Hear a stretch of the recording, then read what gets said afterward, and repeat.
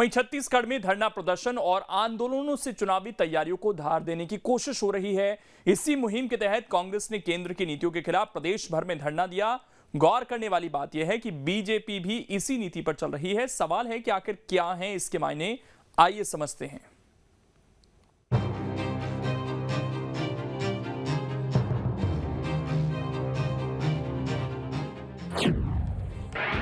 केंद्र के खिलाफ कांग्रेस का मोर्चा। छत्तीसगढ़ में मिलेगी इस नीति से सफलता। ये धरना केंद्र के खिलाफ है, जिसमें जनता के पैसे डूबने की आशंका पर कांग्रेसी कार्यकर्ताओं का आक्रोश दिखा। आरोप है कि जनता के पैसों को उद्योगपतियों के जरिए शेयर बाजार में लगाया जा रहा है, जिससे लोगों को भारी नुकसान होने का खतरा है। चूंकि LIC में हर वर्ग का भरोसा है, इसीलिए कांग्रेस ने छोटे बड़े सभी शहरों में उसके दफ्तर के सामने धरना दिया, ताकि इसका बड़े स्तर पर मैसेज जाए। देखिए, SBI में 45 करोड़ ग्राहक हैं, जिसमें SBI का 21,000 करोड़ रुपया उस कंपनी में लगा है।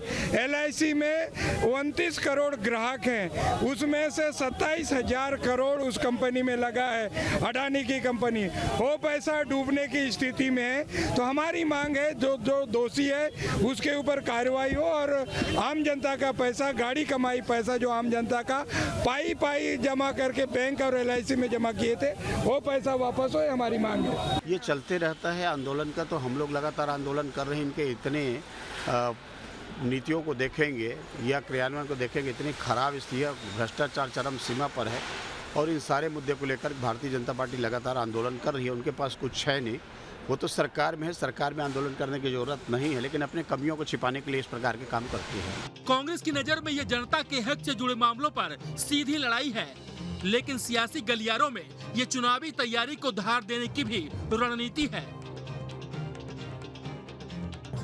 छत्तीसगढ़ में भाजपा और कांग्रेस दोनों ही आक्रामक रवैया अपनाए हुए हैं। इससे पता चलता है कि 2023 विधानसभा चुनाव कितना महत्वपूर्ण हो गया है। भाजपा 15 साल की सत्ता खोने के लिए लड़ाई दिख रही है, वहीं कांग्रेस छत्तीसगढ़ ही नहीं, छत्तीसगढ़ के माध्यम से देश भर में लोकसभा चुनाव जीतने की रणनीति पर बात करती है, छत्तीसगढ़ मॉडल की बात करती है। इसी कारण से छत्तीसगढ़ में देखेंगे दोनों ही दल सड़क पर नजर आ रहे हैं। विधानसभा चुनाव में अभी कुछ महीने बाकी हैं, लेकिन सियासी पार्टियों की तैयारी अभी से तेज है। धरना प्रदर्शन और आंदोलनों के जरिए लोगों से कनेक्ट होने की कोशिश लगातार हो रही है। गौर करने वाली बात यह है कि इस रेस में दोनों ही पार्टियां शामिल हैं। अब सवाल है कि आखिर धरना प्रदर्शन और आंदोलनों पर पार्टियों का जोर क्यों है? तो दरअसल बीजेपी लगातार स्थानीय मुद्दों को उठा रही है, एंटी इनकम्बेंसी को धार देने में लगी है। बुनियादी मुद्दों के जरिए बीजेपी लोगों से कनेक्ट की कोशिश में है। कांग्रेस केंद्र के मुद्दों पर आक्रामक है, इससे बीजेपी को बैकफुट पर रखने की नीति है, ताकि बीजेपी की रणनीति से कांग्रेस को नुकसान न हो। माना जा रहा है कि आने वाले दिनों में इस तरह की राजनीति की रफ्तार और बढ़ेगी। छत्तीसगढ़ में भारतीय जनता पार्टी और कांग्रेस की तरफ से आंदोलनों का रास्ता अख्तियार करना शुरू हो गया है। एक तरफ छत्तीसगढ़ का विपक्ष यानी भारतीय जनता पार्टी प्रदेश सरकार के खिलाफ अलग अलग मुद्दों को लेकर धरना प्रदर्शन और आंदोलन की राह पर है, तो दूसरी तरफ अब कांग्रेस पार्टी केंद्रीय विषयों पर यानी केंद्र सरकार और केंद्र सरकार से जुड़े हुए जितने भी विषय हैं उसके माध्यम से छत्तीसगढ़ में धरना प्रदर्शन कर रही है, आंदोलन कर रही है।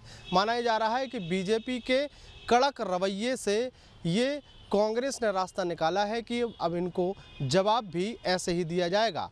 लेकिन सवाल ये है कि आंदोलनों के माध्यम से बीजेपी और कांग्रेस अपने आप को और कितना, कहां, कैसे स्थापित कर पाती है, ये आने वाला समय बताएगा। वीडियो जर्नलिस्ट प्रमोद देवांगन के साथ अंकुश शर्मा, न्यूज स्टेट मध्य प्रदेश, छत्तीसगढ़। अब इसमें खबर तो यह है कि बीजेपी की लड़ाई कांग्रेस से कम बघेल ब्रांड से ज्यादा है। पिछले 4 साल में भूपेश बघेल का कद बढ़ता जा रहा है। बीजेपी की चिंता बघेल की काट निकालने की है, इसलिए लगातार बीजेपी बड़े आंदोलन कर रही है। लेकिन केंद्रीय मुद्दों पर कांग्रेस की आक्रामकता कहीं न कहीं भारी पड़ रही है।